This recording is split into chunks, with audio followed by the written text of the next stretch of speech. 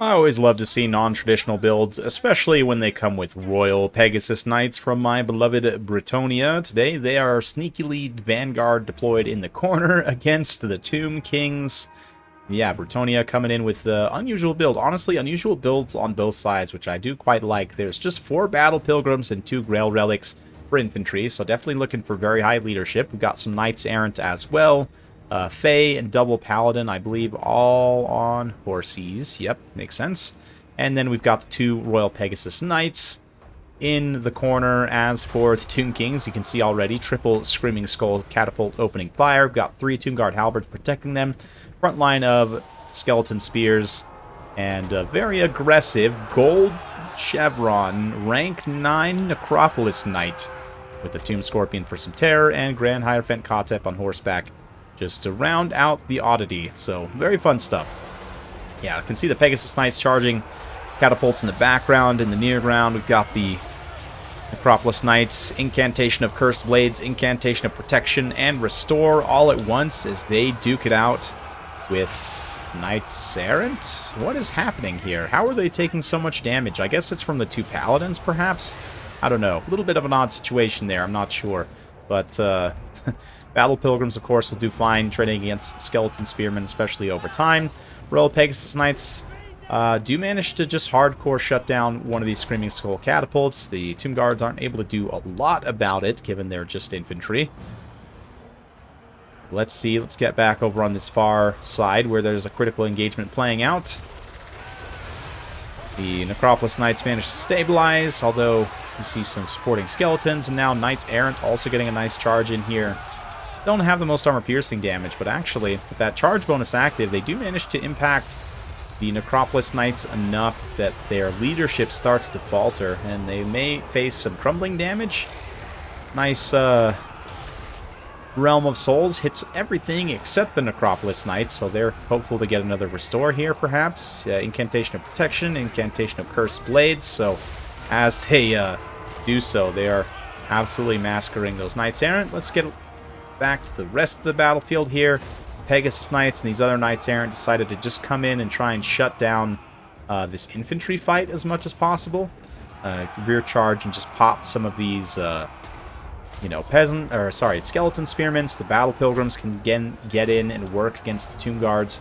Honestly, don't know. I feel like Battle Pilgrims trade pretty cost effectively, though, with Tomb Guard Halberds. Nice bombardment drop. Doesn't hit any friendly units. I don't know how much damage that's actually going to do to the Necropolis Knights, but they are also eating another restore.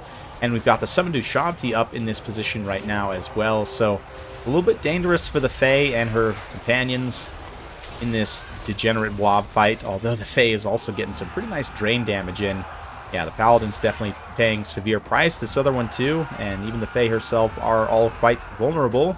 So let's see if the Pegasus Knights can come in and save the day.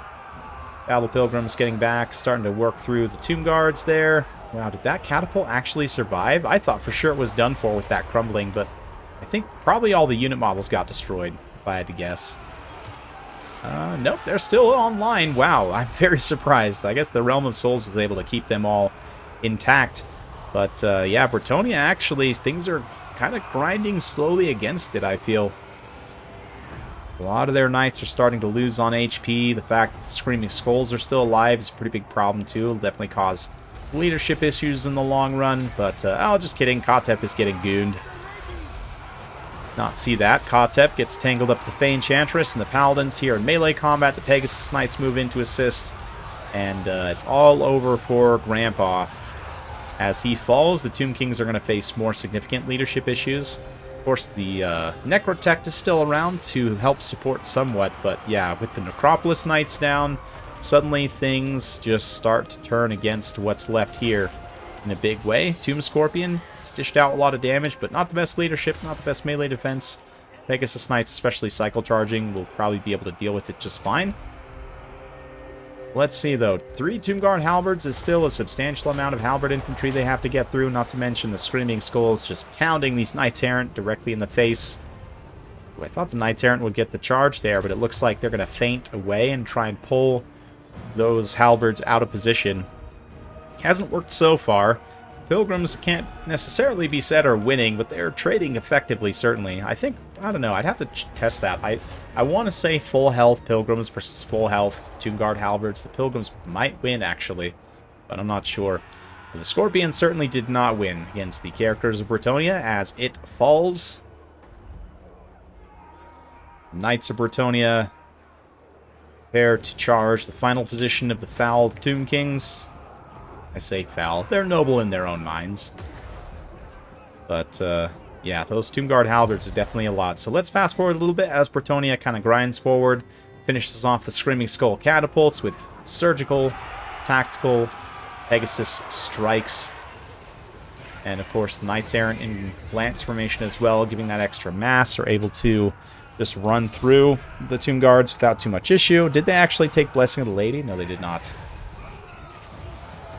Oof, just heard another comet come down as well. Seems like it was mostly a swing and a miss on those halberds, but at this point, the Fae is exactly where she wants to be. Even though she counts as large, she definitely has the capacity to just drain out all of these remaining Tomb Guard halberds with her Miss of the Lady. They aren't going to be able to do enough damage to her to finish her off quickly enough.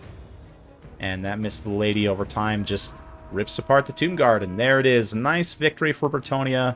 Big thanks to Qualiduck for sending that one in. And it's cool to see these kind of unusual builds on both sides. The Battle Pilgrims definitely make a lot of sense in this matchup. I don't know that I would invest this heavily, although, I don't know, the Men-at-Arms leadership is so low that against undead factions, it is tough to make them work properly. Yeah, Knights Errant were mostly just kind of mobile support, but the real damage comes from the Royal Pegasus Knights, the Fae herself, almost 3,000. Some old school Fae numbers right there, 20,000 total damage dealt, wow. And then, of course, the Paladins also get some pretty nice value on Hotep's side. Gotrek Starbreaker, the player, of course. Yeah, decent value. The Gold Chevron Necropolis Knights is interesting. He did have to dedicate a lot of resources, you know, healing, like, from the Necrotect and spells from Kotep. They probably still didn't quite pay for themselves, so I'm not sure about that, but it's definitely interesting. The Tomb Guard Halberds are a no-brainer here, for sure, as are the Skeleton Spears, so definitely interesting. And then the Screaming Skulls, tactically, I'm not sure. Against a standard Bretonian build with just regular Men-at-Arms and Peasant Archers, they're very good, because it makes those infantry, like I said, really tough to use, but against the Battle Pilgrims, the leadership was able to carry through, and of course the Knights also. So there you go, fun one for sure. Hopefully you guys enjoyed that as much as I did. If you do like this sort of content, be sure to like, subscribe, hit that bell notification button. Every time I upload a new video, you'll be notified. Thanks again, we'll see you next time.